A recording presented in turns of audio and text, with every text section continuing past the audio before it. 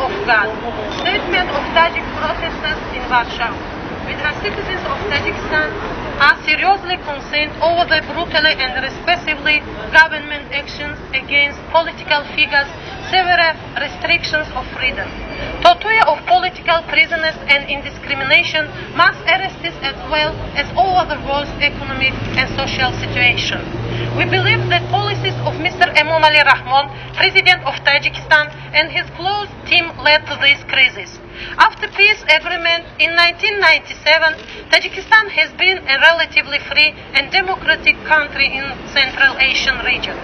But unfortunately, it has at the moment become one of the most authoritarian and oppressive countries and held the worst human rights record not only in Central Asia, but also in the world. For example, in 20th August 2016, Mrs. Savriniso Juraeva and her teenage son disappeared, and it was later known that the kidnapper was the Tajik authorities. Later on, Jamshed Yorov, who is younger brother of the jailed lawyer Buzurgmir Yorov, was also arrested. The quality of these lawyers was they announced to defend the jailed members of Islamic Revival Party of Tajikistan and other opposition groups. With arresting 7 lawyers, the government sent a clear message that being a lawyer of legal advisor for the political prisoners is very dangerous and risky. It also means that no one afterwards dare to defend the political prisoners in Tajikistan.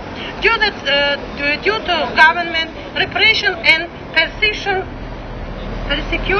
thousands of Tajik families, including activists, poets, journalists, and so on, fled the country and sought refuges in Europe, Turkey, etc.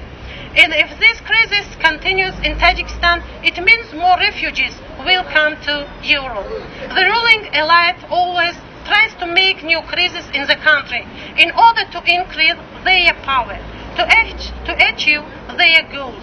They are ready to do everything: harassment and insult, imprisonment, even committing rape and murder.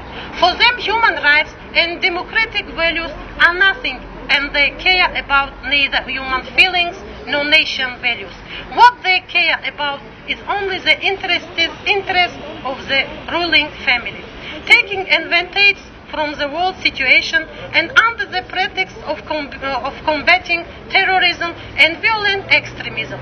The Tajik authorities arrested and tortured hundreds of the political activists, crushed opposition, Islamic Revival Party of Tajikistan, and limited all types of freedom.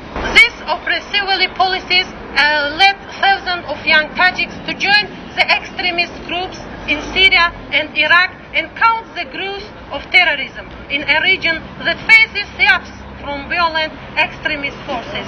We are here to warn that these undemocratic policies of Emomali Rahmon, the Tajik president, are very dangerous, not only for Tajikistan, but for the whole region.